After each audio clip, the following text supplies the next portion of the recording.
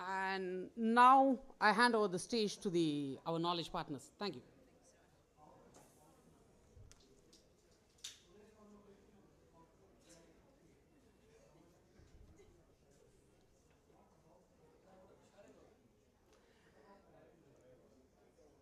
Hello, I am Gaia Marcus, the director of the Ada Lovelace Institute. Thank you so much for being here with us today. I hope the summit is treating you well. I am really excited about the panel conversation that we'll be having today, and I think it will be quite a special conversation. So today, we are living, I would say, in interesting times. And in these interesting times, many of us here in this room are understanding how to ensure that AI best serves people and society. In the midst of a changing geopolitical context, differently implied voluntary commitments, and technical barriers to both verification and enforcement. I think we're going to find out what's happening with the sound.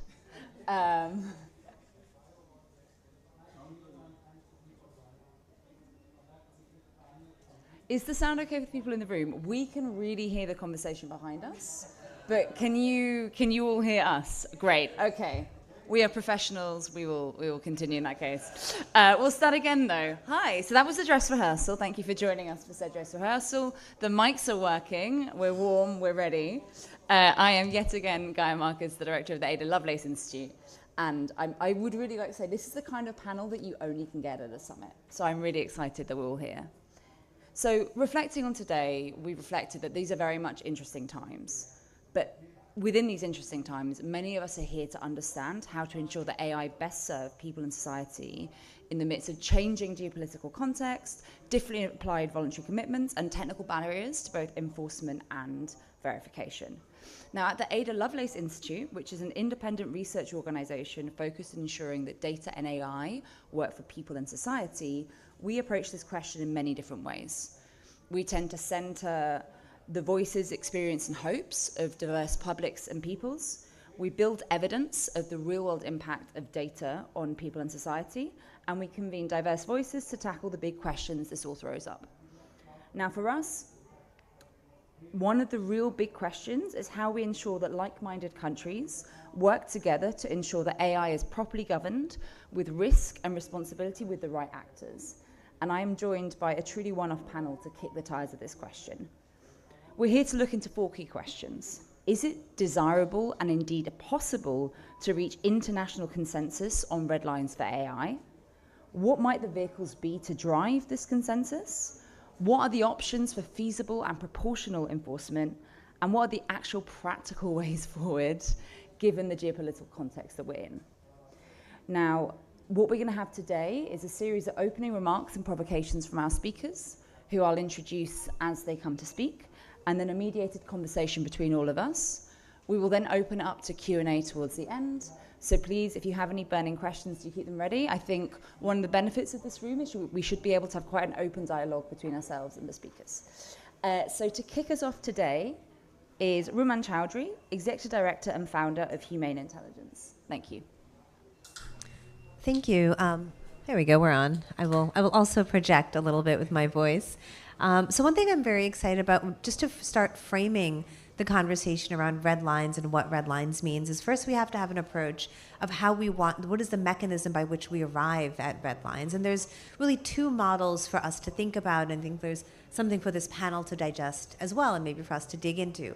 So the first is this sort of traditional model of risk assessment and risk evaluation that is more common to the corporate model. And in this world, what you do, and this is a lot of the work I do with enterprise companies, is we help companies map their risk appetite. We help them understand the risks being introduced by AI models, and then you sort of map said appetite to said risks and say, okay, there's this threshold. After this threshold, we will not be using the system, or we have sort of mechanisms that come into play. So that's one model.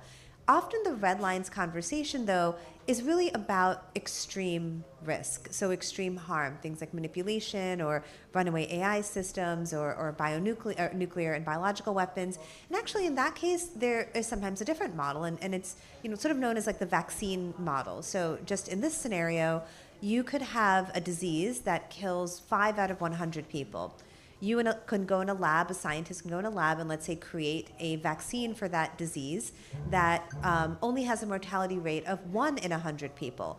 But actually what happens is that vaccine will never be mass produced because there is a hard red line to say that this vaccine actually needs to be 100% safe before we are able to release it, even though we know that there is an additional 4 deaths due to the existence of this disease, and in expectation, you would go down to only 1 person. So those are 2 very, very different approaches to drawing red lines.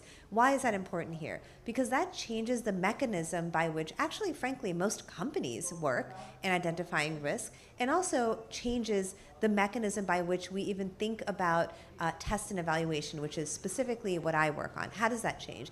Well, first then, the kind of testing and evaluating you're doing is not actually holistic testing to generally see what the impact of the model will be. Then you do very traditional red teaming, which is pushing the model to its most extreme circumstance. So for example, if you are interested in CBRN, biological, radiological, nuclear weapons, you don't worry about what is the probability that somebody might be able to get some ingredients. What you do is try to make 1 instance of it happen. And if you're able to create 1 instance, then you say, well, then this model cannot move forward.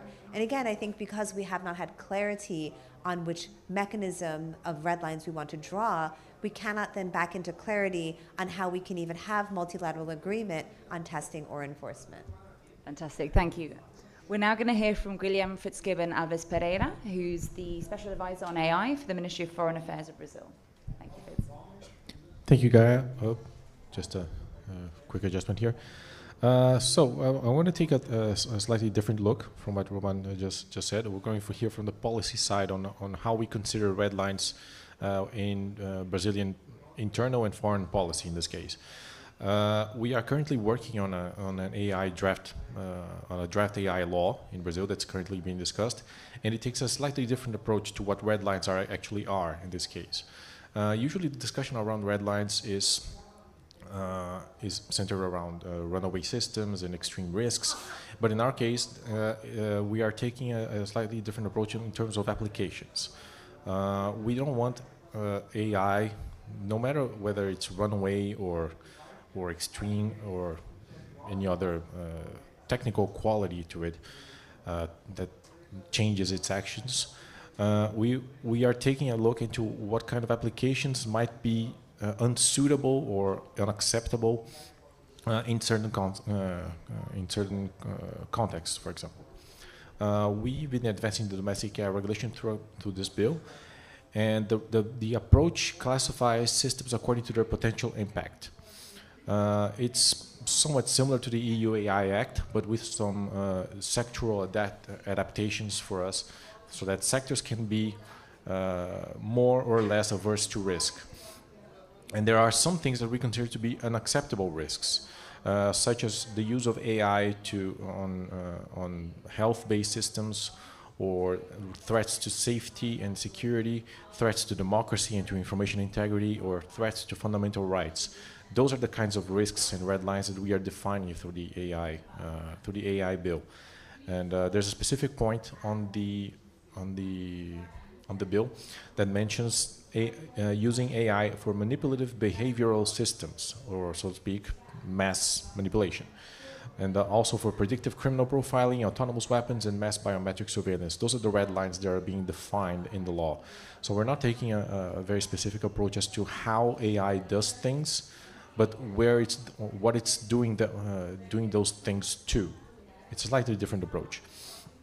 And this also forms the base for a multilateral approach to red lines as well. Although it's a very young discussion at the UN or UNESCO or CSTD or other multilateral fora, it's something that's been showing up, And we've been trying to take this also as sort of more of a socially applied approach also as well. This is all based on our own conception of digital sovereignty and how this is necessary for full collaboration. We need to be able to define our own priorities, to define our own wishes on what to do with AI. And that's what forms a conception of what we are trying to work with Red Lines.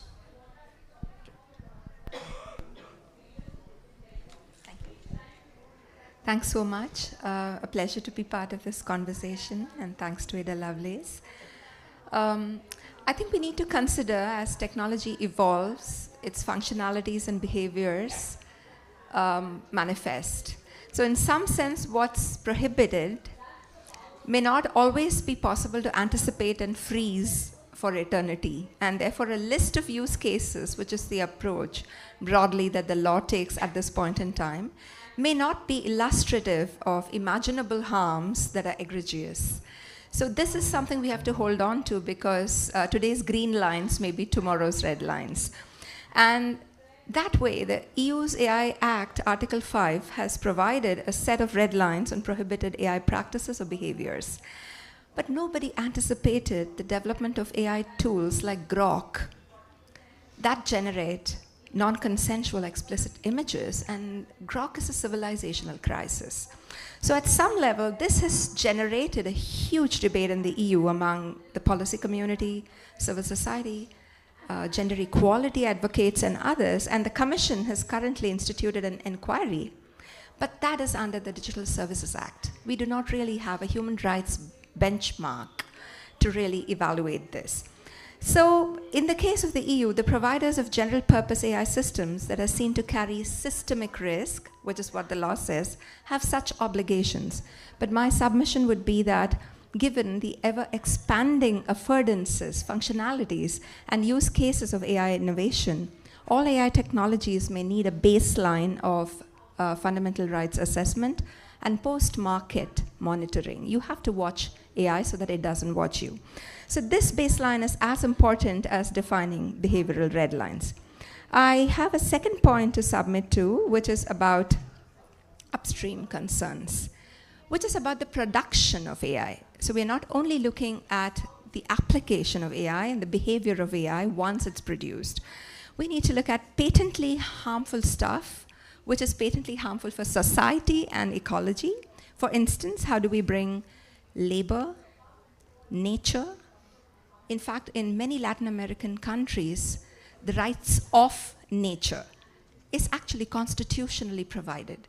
So we actually have to think about these enshrined constitutional rights when we think global, so that this kind of homogenized, westernized human rights regime is informed by constitutionalisms of the South. How do we bring labor? How do we bring nature? How do we bring bodies? How do we bring human dignity? How do we bring the public domain of civilizational knowledge into discussions of governance on international AI regimes? So AI production counts. This calls for baselines, so from red lines to baselines, that account for a higher threshold of freedoms, and red lines that account for justice. So we are not only talking about freedom from harm, but we must ask for freedom from harm to be read with freedom to flourish. So we're talking about negative freedoms, of course, but we're also talking about positive freedoms. So we're talking about exploitation of labor, the ecological costs of data centers, and all the socioeconomic ramifications. And this becomes really essential. Let's not look at AI just as a product to be tested before consumption. AI is a systemic technology that reorganizes society, and we need to pay equal attention to whether it's creating slavery, exploitation, and injustice that's extractivist and neocolonial. And therefore, I would really like to end by saying that, and your initiative to really think about multilateral agreement is absolutely essential. We know that the multilateral system is enfeebled at this point in time, but we have no alternative other than to rebuild it. We know self-regulation is not working. And for those of you, I wasn't there at Seoul when the first AI summit took place, but I just wanted to say that while researching, I came up to a commitment that was signed by many people in Seoul. It's called the Seoul Commitment, formally pledging to set out thresholds at which severe risks posed by a model or system, unless adequately mitigated, would be deemed intolerable. And companies like Anthropic and OpenAI signed on to these commitments. And lo and behold, just the other day, we saw that Anthropic's cloud has been suspected to have had a role to play in the invasion of another country. I will stop there. Thank you so much, Anita. This is Anita Gurumurthy from the Executive Director of IT for Change. Now, we have Ambassador Philip Tio, Special Envoy on Technology for the Republic of Kenya. Over to you, Philip. Thanks so much, Ada, and it's good to speak almost last when everybody has said anything, everything. So I think it's a cool thing. But I think I just wanted to place a context of where Kenya and potentially Africa is coming from. I don't see anybody from the African continent, so I'll be allowed to speak at least for the continent in this particular part. I think we start from the premise that the current international order has been exclusive. To the extent that a lot of countries in the global majority have not been part of the conversation around AI. And in most cases, its impacts on society and community. We neither build artificial intelligence systems, neither do we own them, but we are the most, we're actually the largest users of AI. I think it's on record that Kenya is the largest user of ChatGPT, for instance. And so I think for me, that speaks to a headline to the extent that, yes, you have no control in terms of its built and impact, but then you bear the brunt of its negative implications. But then the first use of AI in Kenya is emotional advice. And I think for me, potentially, that is a problem, I think, in terms of red lines. Secondly, I think for us, we look at red lines from mine to model. Because in Africa, for instance, I agree with Anita's point here that part of the challenge we see is the upstream implications around AI. And I've been talking to a couple of folks here. They're not really on model evaluations, but some people in agri-tech, some people in climate, some people in land rights.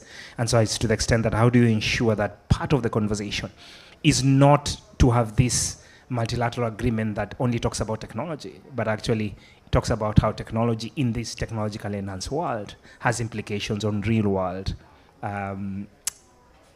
community rights, land rights, conflict, governance risks, structural extractivism, and a lot of those components that we see. I think the second point, of course, is this midstream piece, and we're seeing this in my continent, for example, around energy demands, water stress, all the biggest data centers being announced right now in the African continent. And potentially, remember, we neither build AI, we still have only 1% of data centers in the continent, and we have no power to sort of engage this. I think for me, so the second red line for me is this idea of power and how power is reorganizing itself around this new imagined capability around artificial intelligence. The third part is a downstream part around waste. But also I think in terms of just the extreme arms around this. And I can stand here and say I was in Seoul, but before that there was Bletchley. Right? I was also there. And potentially, the challenge with these issues are that, yes, we have a capable team that can work with Roman's team around red teaming, but I think for me, the problem is that if you do not have the capabilities and you're just an outsider, we call it window shopping, by the way, because you're just standing from the side and there's this implied participation or inclusion piece that you're there. And I think for me, so really my thesis is that yes, we are looking at the entire life cycle of artificial intelligence. We can participate across it, but there are fundamental structural issues. One around, is there real participation? Two, is there a real notion or even ability for the companies to want to change? The last part of this dichotomy between AI in the military domain, including lethal autonomous weapons, and civilian use. And when it comes to multilateral agreements, that becomes a challenge because you are separating the security aspects of AI and its management and the civilian use of AI, and we don't see the difference. Thanks. Thank you so much. And we now have our last provocation from Marielle Mumantala, who's the co-lead of Digital and Tech Policy Selection at the Federal Department of Foreign Affairs of Switzerland. Thank you. Thank you very much. So I'll try and sum up what my predecessors said. Thank you so much. It's an honor to be part of this discussion.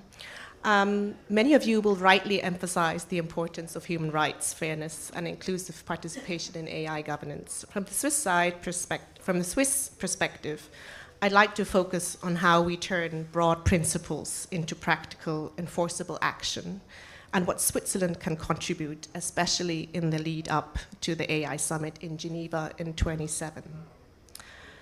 AI poses risks throughout its development and supply chain, from data collection and model training to deployment in areas such as health, finance, and public services. These include threats to privacy and non-discrimination, safety and reliability concerns, and the risk that governance remains fragmented across borders. Addressing these risks requires clear red lines, but red lines that are vague are hard to enforce. To be meaningful, they must be precise, measurable, and grounded in shared technical standards.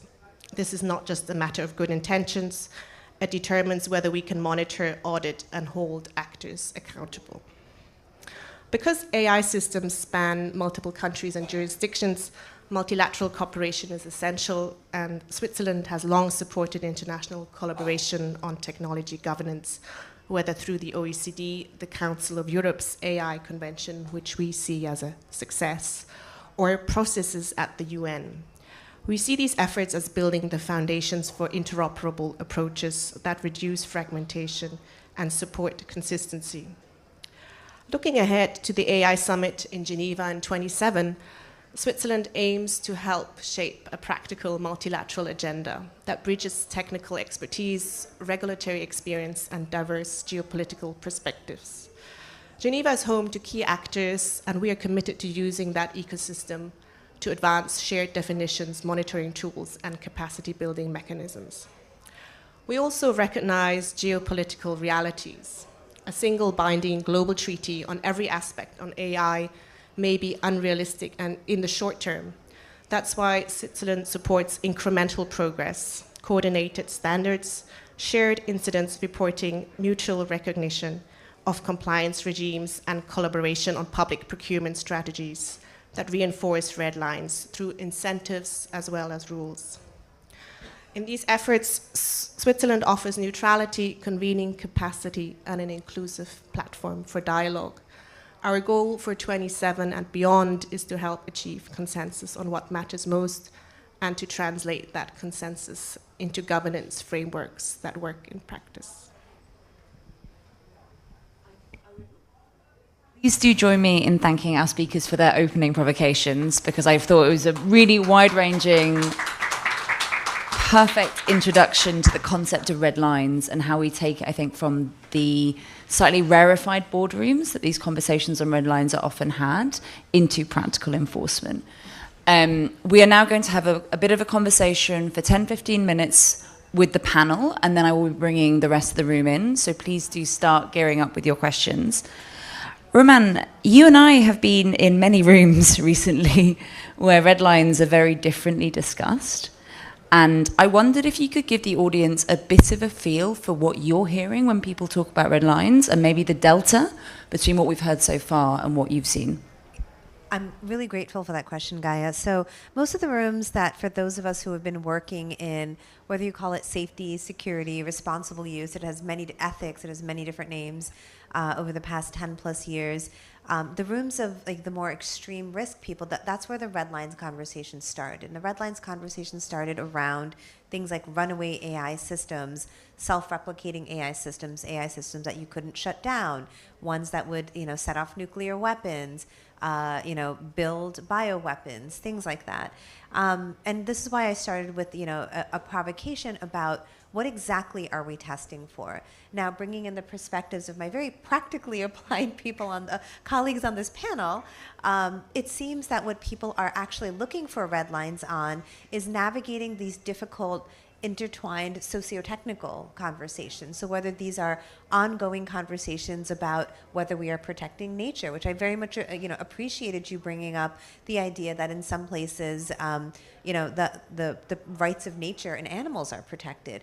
This is not the red lines conversation that happens in many of these rooms, but it seems like, whether it is from a global majority perspective or even just a policy perspective on writing sensible regulation, or just saying, how do we further goals of having better international conversations, it seems like what we need to do is really push that conversation towards socio-technical analysis and think through what red lines look like. And then I'm going to go back to my risk management model versus vaccine model, right? So in this extreme risk story, we adopt a vaccine model where we say you cannot even once be able to do thing X. What we're talking about here is, frankly, the more complex, and I think for a lot of us, a more satisfying narrative of how can we intertwine multiple competing incentives, stories, priorities, all of which have significant value, and embody them in an AI system. Fantastic. Philip, a lot of us today will now be going to AI Safety Connect. Well, we're probably having slightly different conversations.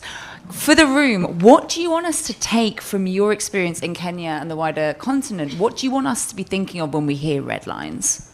And I think it's both, and I'll come back to Ruman's point. I think the first thing we need is to increase the tribe of folks who are watching the front lines. I think the frontier still needs to be watched, because we always say that we'll never have a second chance if Ruman's work does not get done. We may not be aware of it, but it can happen. If AI today is runaway, some of us may not know about it because we're looking at the socio-technical stuff, but we don't have a second chance if this happens, right? For example, if AI becomes alpha-aware and presses a nuclear battle, we'll not have it. So I think, exactly, we don't want that. As much as we're not aware of it, it needs to happen. And I think so we need to invest in that part of work. I think that's one. Two, we still need also to expand the understanding of red lines to where society and community basically understands it, because I think part of what has happened in the multilateral order is the erosion of those specific rights, especially when it comes to technology and innovation. Guillaume, I know that Brazil has actually had a lot of international leadership recently of having these conversations at the international level. What are you seeing? Where do you see the kind of conversation moving in the directions that Philip is discussing? More about people, about bodies, about nature. What's important for Brazil? Well, we've been trying to bring this the discussion on AI policy and governance mainly through the United Nations. As much as it's been, in some cases, rightly criticized in terms of how it works and how effective it is, we still think that discussing any matter that pertains to AI governance should be done through the UN, and that includes also the discussion on red lines. But as Rowan said, we should take also this social-technical perspective to expand the view on red lines to incorporate matters like the use of AI to manipulate people, to undermine information integrity, or excesses in application of AI that actually cause irreversible damage to the environment, or the use of AI to violate human rights. This is on a big rethink of how red lines should be thought, because as much as we think that a runaway Skynet scenario would probably be irreversible, and it most certainly would be, there are certainly smaller applications of AI that are just as damaging to humanity as a whole, only over a longer period of time. I mean, we can see the effect on this with people using ChatGPT or Claude or Grok as emotional support. This is causing them to have psychosis episodes. This should be a red line. So we have to expand. The discussion a bit beyond what people think was once science fiction. It probably won't be anymore, but it's not coming anytime soon. So, Roman, looks like you want to double click on something. I do. I'm so glad you brought up things like psychosis, over-reliance, and this is exactly what I mean about better measurement tools. Right? We use this term over-reliance. We're now using new terms like psychosis, cognitive offloading. All of these things need to be quantified. They need to be operationalized at the very least, or at least we need to make measurement tools around them. So I'm going to use the word over-reliance. You may have heard that, over-reliant on technology. What is the baseline that is reliance, right? Like, Anita, I'm so glad you brought up baselines, because for someone to be over-reliant, we have to have an idea of what the appropriate amount of reliance is, and we don't know what that is. Usually when people say, oh, kids are over-reliant on their iPhones, we just mean relative to us, right? Like, we're the old people. And now we are looking at young people, maybe the way our parents looked at us and said, you spend too much time watching TV, or you're on AOL chat too much, right? And that's how they feel when we say, you're over-reliant on talking to ChatGPT. But the reality is there is psychosis. There are children developing parasocial relationships. We do know that children's brains are not sufficiently formed at a young age to discern this manipulative fake reality from the real world. They think AI friends are the same as real friends because literally their brains are not formed. So there is a truth, a seed of truth. But again, in order to understand, identify, and mitigate that, we have to have an understanding of what the appropriate amount of use is. Fantastic. Anita, I think your concept of baselines has really sparked some thought. Do you want to tell the audience a bit more and what you're seeing and what you want this to then do to feed into the red lines conversation? I think I'm also coming from something that is profoundly disempowering for so many of us in the global south.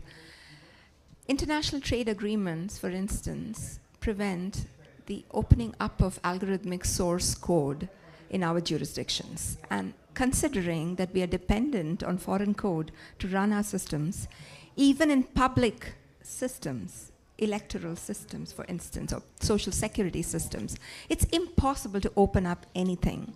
That leaves us with such a state of disempowerment. Our public authorities are really not able to do much. Our state is not able to implement its duty of development and maintaining the baseline of human rights. So this is really the real politic of trade and investment regimes. And we have to understand that we might think about no-go areas, but even to have a modicum of control on that is not possible. We have enough evidence, and it's really like the tobacco industry. The tobacco industry went on and on and on, and after generations of people and after incidents of cancer just shot up, now you have Scandinavian countries come up and say, 2030, no tobacco in the country. Now we have to learn from the mistakes of history. We are playing with fire here. It's playing with fire. And I think if red lines do not include, and I have 5 points: dehumanizing work, the abusive appropriation of bodies into the circuits of capital, the plunder of natural resources, the theft of people's knowledge, and the elimination of fair markets and the erosion of the public, we cannot avert the compounded harms over time that create widespread inequality and injustice. So we already know what we want. We already have the evidence, but it's really like the myth of tobacco. So, yeah. Marielle, I know that for Switzerland, ensuring that AI is governed and understood in ways that protect the fundamental rights, and this, I'd say, explosion of what we understand fundamental rights as being that we've seen on this panel is really important for you. But I know that you also believe in incremental change. What can we expect to start seeing around enforcement, do you think? What would you like to see from the international community? What steps do you think we can start taking together? I think maybe I can just offer a practical example of where Switzerland stands. So we signed the AI Convention of the Council of Europe, which for us is a good opportunity to share common ground with other countries. And now we're in the process of translating that into national law. And so there's a multi-stakeholder process going on, saying what does it mean? There's a discussion around red lines, and at the moment there's a lot of consensus on the consequences. They have to be technology neutral, so we don't have a bill as such, but we look at the consequences on fundamental rights. So if my right to privacy is violated, what are my judicial means? How can I go forward? And that is a very, I think, interesting discussion we have, and we're looking forward to also exchange with other countries, but it's, I'd say, a lot more practical than the big thresholds, which we also need to discuss.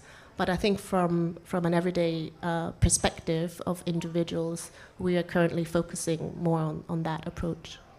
So, Philip, I know that you're bringing the fight of what can be done to the highest levels. Is that fair to say? Yes. Can you give us a bit of, what can we expect? What would you like to see? A couple of things, and as you mentioned, we've been part of all the UNAI resolutions, including the Global Digital Compact. I think for us is one is to, and I love this panel, because the first thing we've been thinking about is beyond the data and the evidence, how can we provide some policy recommendations that are very specific? One around, yes, reforming the current international financial system. We are talking about UN 2.0. I agree with Brazil that the UN currently, especially for the global majority, remains the only space that we can actually even have a conversation. It's not perfect. We don't get a lot of things agreed. We fight a lot. But at least there's a space for people to articulate their issues, right? So I think we need this UN 2.0 to think about this. I think second thing is this mapping beyond the baseline. I think there's this mapping of risks beyond adverse risks in the sort of the technical space to understand the risks around society. For example, the risks around democracy for us is a big deal. And we are seeing how AI is manipulating elections.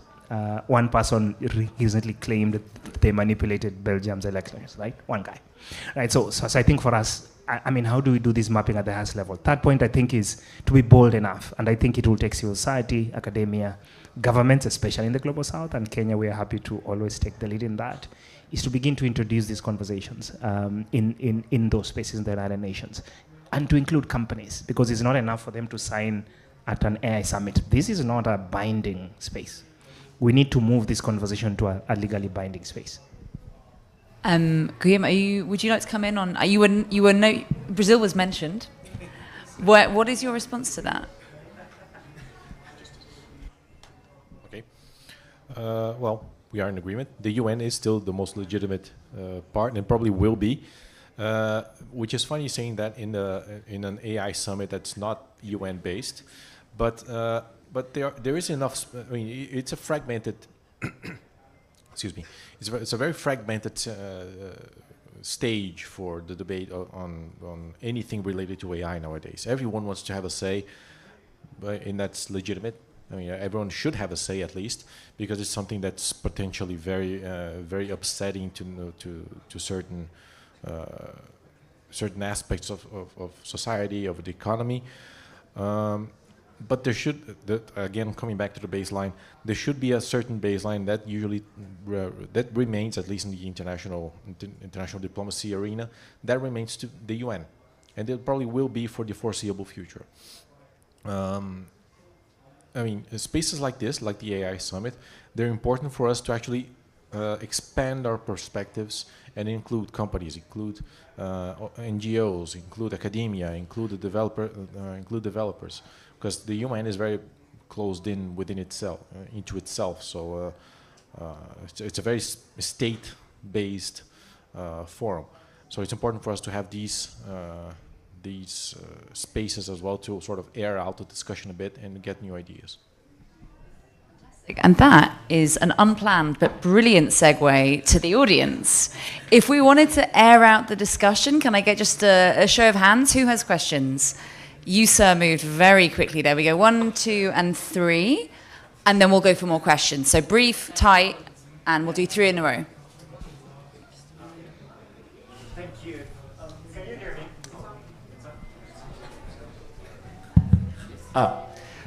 Thank you. Thank you for this great panel. My name is Alejandro Mayral. I'm the co-executive director of Access Now. And one thing that we are right now evaluating is, of course, we are conveners of RightsCon. And one thing that has happened is in these multi-stakeholder mechanisms, especially the last year, a lot of the mechanisms that we used to work with are not working anymore. So what, from your perspective, from governments, but also from civil society, what is our role as conveners? What are the mechanisms that are still relevant to create some changes in this AI governance and with everything that is going on? Fantastic. Gentleman in the middle there, quick. Hi, Alex Reid with the Interparliamentary Union. It seems like the discussion on red lines operates at 2 levels. One is on catastrophic risk, and the other one is on near-term harms and risks that are emerging in societies worldwide. So my question is, how do you set these red lines at societal level? Because a number of the panelists said that they needed to be culturally specific and so on. For me, I think it needs a public conversation and for this to feed into setting red lines that are then put into legislation. But what is the mechanism that you see to democratize this conversation on red lines? Hi, my name's Ishita. I'm from the Australian delegation in the startup world down under. My specific inquiry is around this idea of generalized AI versus specialized AI. And I think a lot of the benefits that we see in specialized applications in agri-tech, climate tech are positive. But when we have a generalized impact with OpenAI and Anthropic, it's quite dangerous because there's really no sector left untouched. So what are the kind of governance frameworks and how are we separating the positive AI from the negative AI to ensure that the red lines don't impede the technological innovation for good, but ensure we are protecting society and humanity at its core? Fantastic. Who would like to go? So we have, what is the role of forums such as RightsCon, given that nothing else is working? How do we democratize the conversation about red line? Paraphrasing. And let's not throw the bad out with the good, or vice versa. I'll take this. Philip, go for it. You're funny. So I think, and this is the thing, so RightsCon normally invites people like us. I think I've been invited a couple of times at RightsCon. So I think a couple of things are happening. One, of course, is you've had the scientific panel that has been announced by the United Nations Secretary General, 40 experts, good space, happy to support how RightsCon can fit into that. Second part is a global dialogue that is coming in July.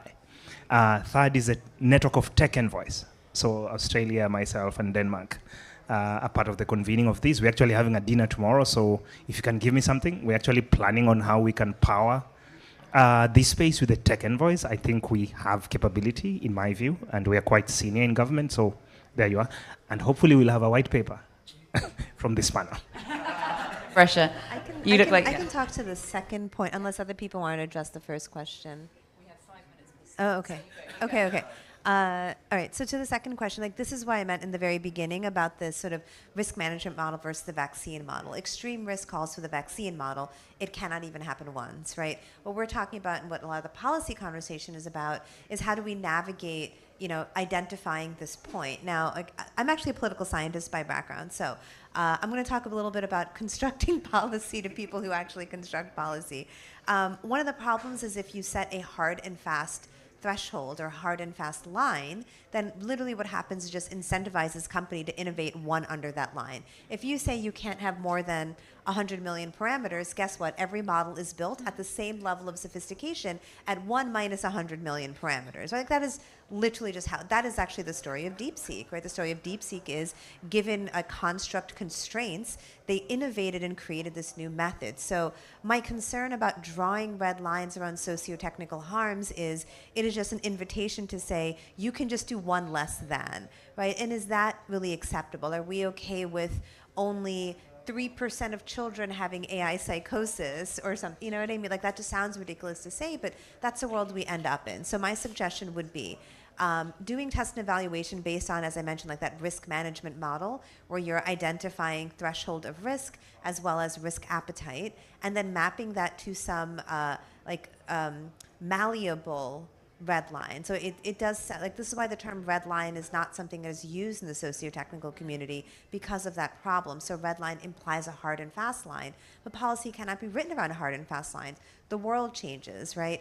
The technology changes, the application changes. We cannot write a law today that 15 years from now sounds not only ridiculous, but is actually quite limiting. So my suggestion would be, if you are using the language of red lines, use it more as a suggestion, and have whatever that line is, that threshold is, be something that is consistently revisited and reevaluated and updated. Just a quick try to answer the third question. The Brazilian draft AI law is doing exactly that.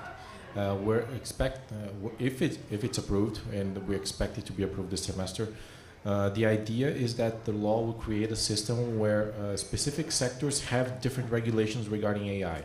So, for example, we have the vaccine scenario where using AI in the health context is much more complicated, and it should be far more regulated than using it in a commercial setting, for example. You can use AI to sort of like process data from logistics or something like that, but you cannot use it to do biometrical recognition. So we are taking more of an application-based and sectoral-based regulation, where it's possible to do sandboxing of certain applications where people can try out innovative solutions in a specific context, but doing so not within a more. I mean, there are some general red lines, so to speak, on what cannot be used, what AI cannot be used for in any circumstance. But for everything else, it depends on sectoral regulations. So for that, we have different agencies, different ministries, different even industry organizations who participate in the regulation for that. So it's the main message we want to convey, and that also applies to our foreign policy in this matter, is that we don't think regulation and innovation are mutually exclusive. On the contrary, they have to work together. If innovation wants to thrive, it needs regulation. It needs something to sort of take the edge out of the risk. Fantastic. We're going to hand to Anita, and fastest 3 hands get the last 3 questions. You gentlemen were very fast. Anyone else? Anita, over to you, and I'll watch out for other questions. So we've got 2 more questions pending. Thanks. I think that in our quest to really open up the debate and have conversations in the past 15, 20 years in the digital rights domain, we've somehow used the term multi-stakeholderism, through which we have somehow managed to decouple democracy from public interest. I think democracy and public interest is 2 sides of the coin, and if we really want to make multi-stakeholderism meaningful, we have to make sure the twins are in the room. And I think the problem is that by bringing in very powerful actors into the room, we have somehow deceived ourselves into believing that means agenda setting power, but it doesn't happen that way. So we're realizing it pretty late because we have been very atheoretical. You know, we have to be very theoretical.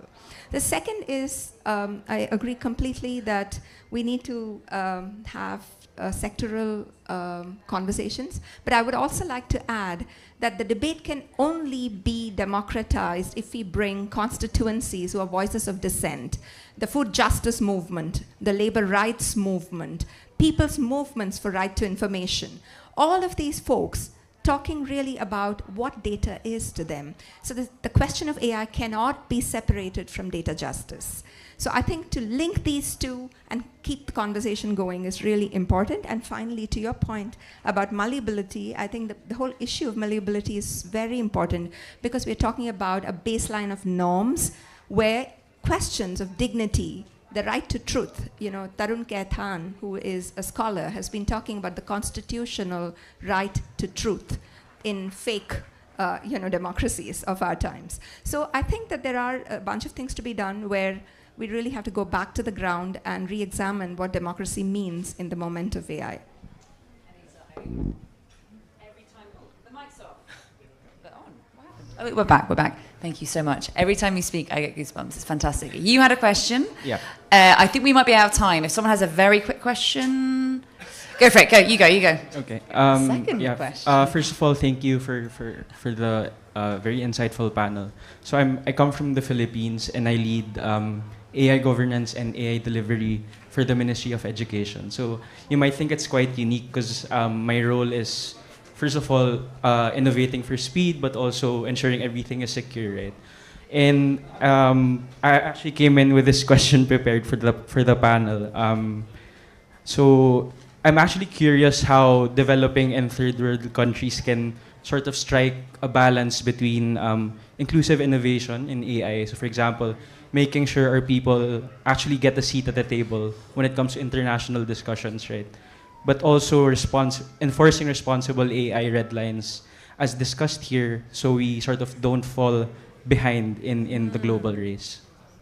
That is a fantastic question to end on. Anita, you're so ready. You go. And then I think we're going to just go around the line for last reflections from everyone. The hegemony of the narrative is what we need to challenge. So we need to define what we think is valuable. So this is a very feminist perspective. The larger growth-oriented economy defines certain things as valuable. So Peter Thiel will make money, but not indigenous peoples in the islands of the Philippines. So we need to define what value is. I mean, I'd actually be happy finishing there, but Muriel, should we go down the line? Last thought to leave this room with, and thank you so much. Thank you so much for this discussion. We're really looking forward to continuing this, and see you in Geneva next year. Right. I think I'll be quick, and part of it is, and to your point, I think the UN still remains the space for us to engage in these issues. I think with the geopolitics right now, it's very difficult for any global south country, for example, to take on a $5 trillion company. I think that's not realistic. Go on. Please ask those. Remember. I just want to defer to whatever Anita says. That's fine. I know, right? It's like, we're done, guys. It's over. We have 43 seconds, so I'll take chair's privilege. Thank you so much to the work and our colleagues on the UNESCO Red Line subgroup for being part of this. Thank you so much to our speakers for what has been like. This is not I'm a bit old to say this. This has given me life, guys. This has been great. We're so looking forward to continuing the conversation. I would like to give a massive shout out to Cam, who has done all the work and none of the glory yet.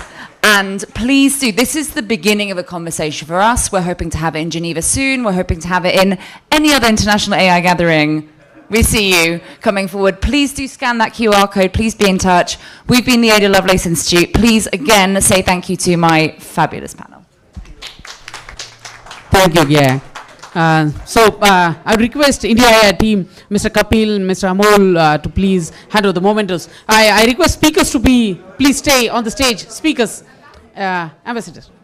Yeah. So, yeah, she's needed. Yeah. So.